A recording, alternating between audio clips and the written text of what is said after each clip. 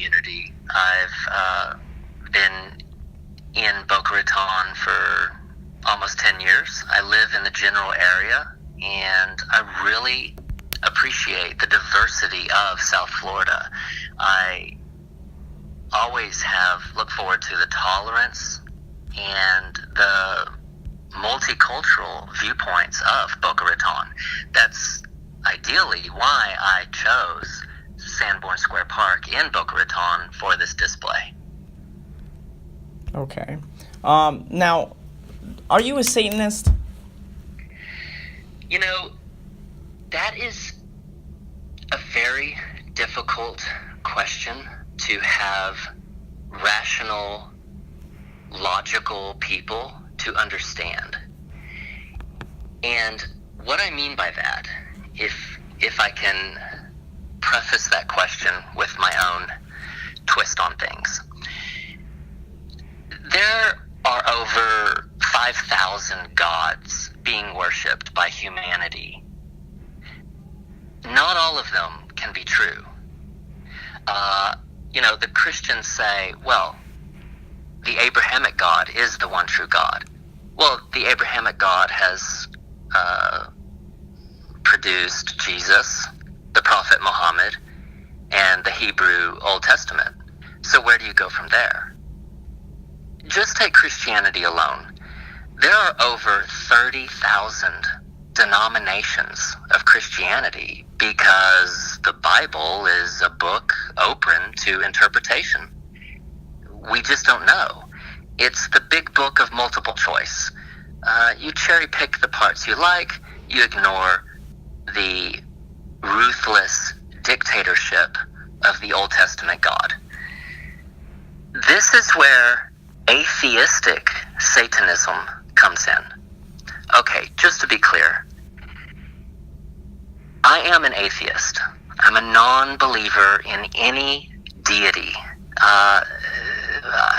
Atheists do not choose to live our lives by supernatural or superhuman beings. We don't follow any mythologies. Those are outdated. We need to move on. Consider atheistic Satanism as an offshoot, a denomination, if you will, of atheism. So there is a recent movement for atheistic Satanism, and it's very simple. Atheistic Satanism encourages all children to embrace their Luciferian impulses to eat from the tree of knowledge. We don't understand why that's a bad thing. Satan represents life, love, and liberty. It's a metaphor. Just as the Abrahamic God is a metaphor of an invisible wizard in outer space that you can somehow telepathically communicate with, atheists cannot wrap our minds around that concept.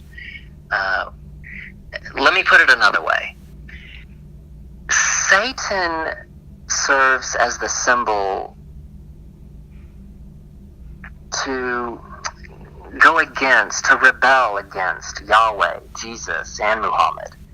The devil, in atheistic Satanists' point of view, promotes great things. The separation of church and state, critical thinking, equal rights, science, literacy, and sexual freedom. Everything organized religion opposes. The cliche saying is, there is a war on religion. It's called progress. Right. Now you're affiliated with the group Freedom from Religion Foundation. Tell us about a little bit about the organization and a little bit about what you do there. The Freedom from Religion Foundation is a fantastic national watchdog group based in Madison, Wisconsin. Their primary objective is to educate the public and government officials and politicians, for that matter, why it's so important that Thomas Jefferson built the wall of separation between church and state. This is an organization that has members in every state. I am a member of this fine organization, and I encourage people to check it out at ffrf.org. And they have a team of legal counsel to fight back against the constant barrage of the right-wing, what Reagan started as the moral majority, who want to integrate their version of religion into all public spheres. And one of the reasons I have put up this sculpture is to sound the alarm bell. Now that Donald Trump has won the election, his vice president is a very scary character, Mike Pence. Check out his record. The cabinet appointees are far to the right. We're talking Tea Party extreme. So if we're not very careful, the Constitution itself may be at risk, and that's not alarmist. That's a cautionary tale. The First Amendment is one of the most coveted rights we have. So I don't see why people are angry at me. I would hope that they come out of the shadows and support me. So why a pentagram? You could have put any other symbolism up, and you chose a pentagram, and we want to know why. All right, yeah, that's a fair question, and I totally get that. I had to pick a symbol as the polar opposite of everything that the church stands for. When I was a kid, I remember an artist in America who took a crucifix with Jesus nailed to the cross, and he submerged this into his own urine. This is a true story.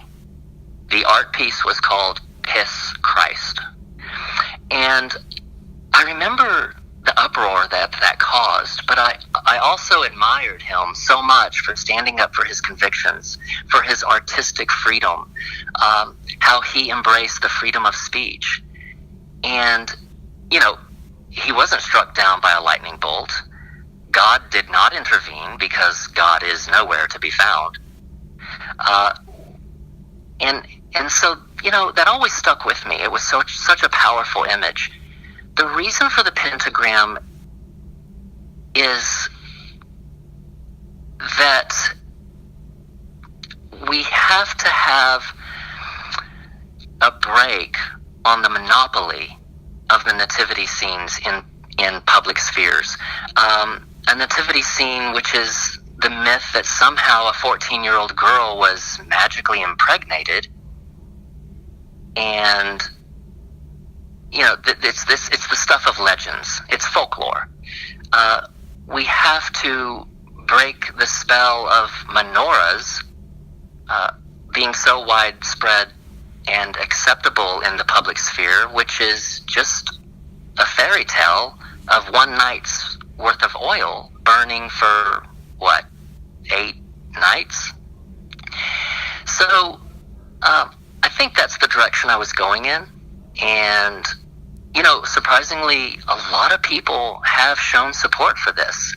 They may feel a little uneasy about it, but overall, they're educated. They went to school. They remember their middle school civics class that said the First Amendment applies to everyone, no matter your viewpoint. And here's the takeaway. If we're going to allow one display that the majority approves, although they are shrinking as a majority, the nativity scene, in a public park zoned as a free speech area, City Hall had better be ready for anything. I was talking to a police officer just yesterday morning when our when our banner was stolen. And he asked me a pretty silly question. He said, well, if I worship my cat, can I make a mold of my cat, put it in the park, and worship that, as a symbol to my cat god? And I laughed. I said, funny you asked that, because we would love it for the Hindus, who have hundreds and hundreds of gods alone. They worship one of which is a monkey god. If they were to build a monkey statue and put it in Sanborn Square, that would be phenomenal. And the Christians would laugh at that. Would the Christians tear down a statue of Buddha? These are the questions we're trying to ask. And luckily for me, the Freedom from Religion Foundation is separate from the Pentagram. And I want to make that clear. The Pentagram is my creation and my design. The Freedom from Religion Foundation is providing the banners, the moral support, and the legal guidance. And I think it's really opening a lot of people's eyes. I think we covered this next question, which is what message are you trying to send to the people? I do want to touch on that, John. Mm-hmm. I've heard of families strolling through this park, and it is a very family-friendly park, as is, the suburb community of Boca Raton, which I highly admire. And some families have said, my children shouldn't be exposed to this pentagram. My children shouldn't be exposed to the message on the top of the pentagram, which is one nation under Satan. Also included is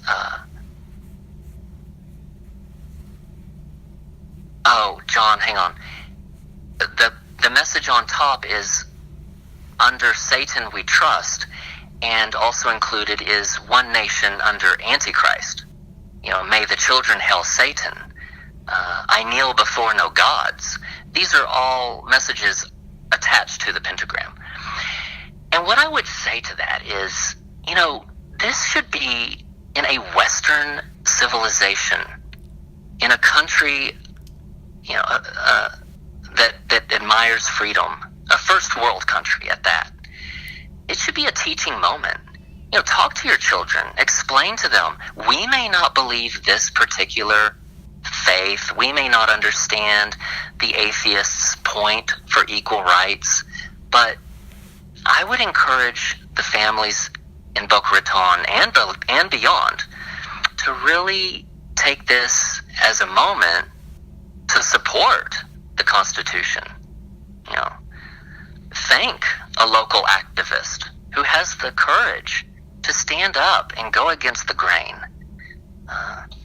So that would be my message about that.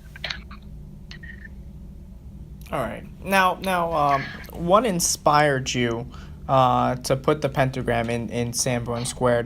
Why not just let the FFRF put up a banner?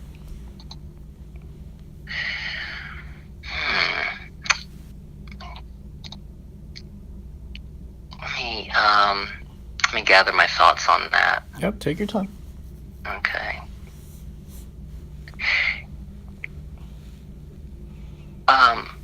Okay, John, let me grab a sip of water there. All right, go ahead. Say it again.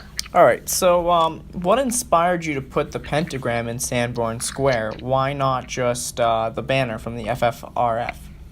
Right. Well, as you may know, the younger generations are fleeing organized religion. Non-believers in general are now 25% of Americans. That's a whole quarter of Americans are non-religious. And it gets even better. A full third of all adults under the age 30 don't have any religion.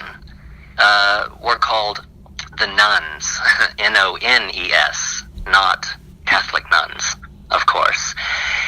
And so the pentagram itself it just sprang up once I read several books from the great authors of New Atheism.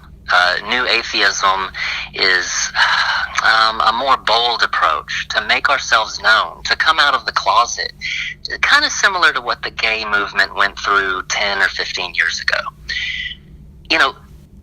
We're coming out strong, and those authors include Richard Dawkins, who I really look up to. He has several books, one of which is a bestseller on New York Times, The God Delusion. And once I read this Richard Dawkins quote, which many listeners would already know, I hope, I think it'll make perfect sense why I specifically chose the pentagram to be put up in Sanborn Square. And it goes like this. Quote, "The God of the Old Testament is arguably the most unpleasant character in all fiction. Jealous and proud of it, a petty, unjust, unforgiving control freak, a vindictive, bloodthirsty ethnic cleanser, a misogynistic, homophobic, racist, infanticidal, genocidal, filicidal, pestilential, megalomaniacal, sadomasochistic, capriciously malevolent bully." By Richard Dawkins. I was raised in Catholic Church. No shock there.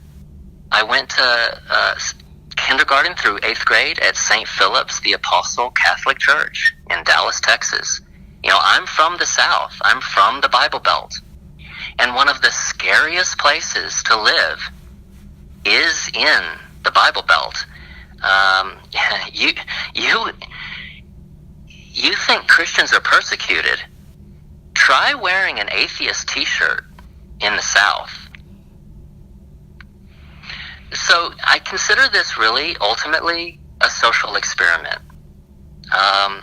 My degree was sociology. It's always an interest for me. And we'll see where the public stands on this. It's really meant for the residents to struggle over, the community to ponder, and the children to ask questions, use reason, be logical, and move forward. So what is the conversation you're hoping that people will have after January 7th, the permit says you have to take it down. What's the conversation you want to continue after this display is over?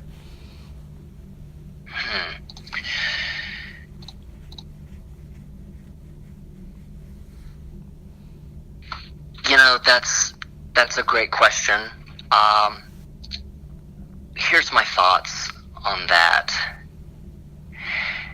This monument to Satan, which is metaphorical, I want to make that crystal clear. We don't do rituals. We don't do blood sacrifices. Atheists do not kill babies and eat them. These are some of the worst reputations that come from where?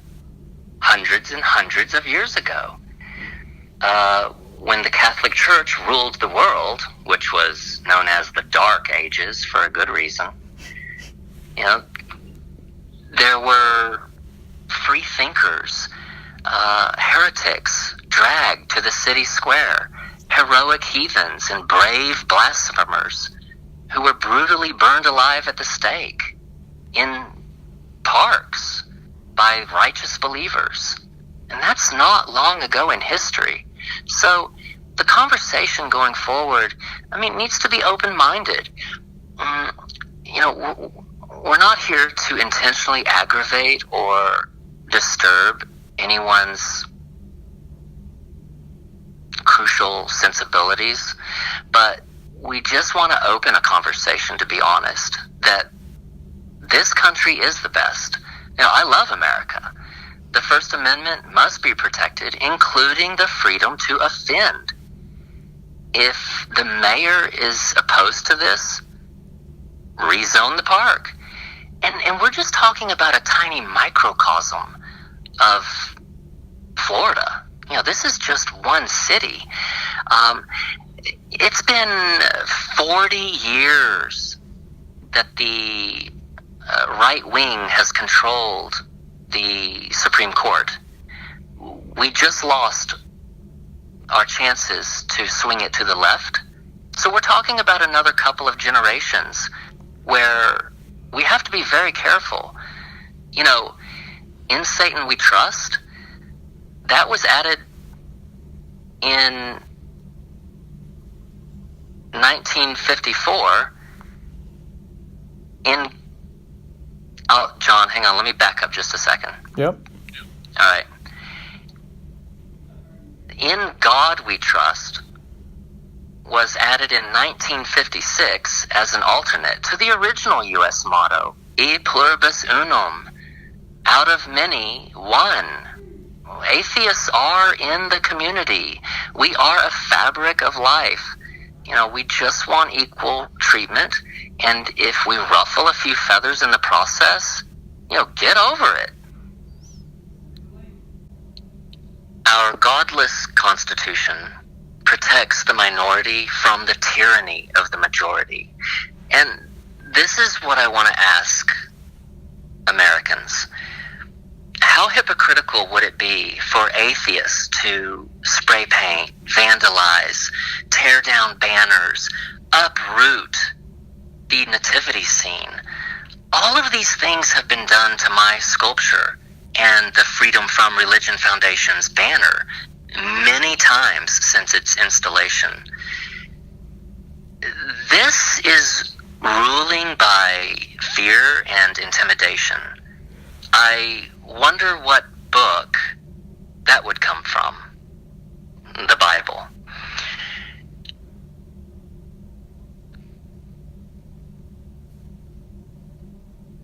Okay. Freedom from Religion Foundation considers this as a success story.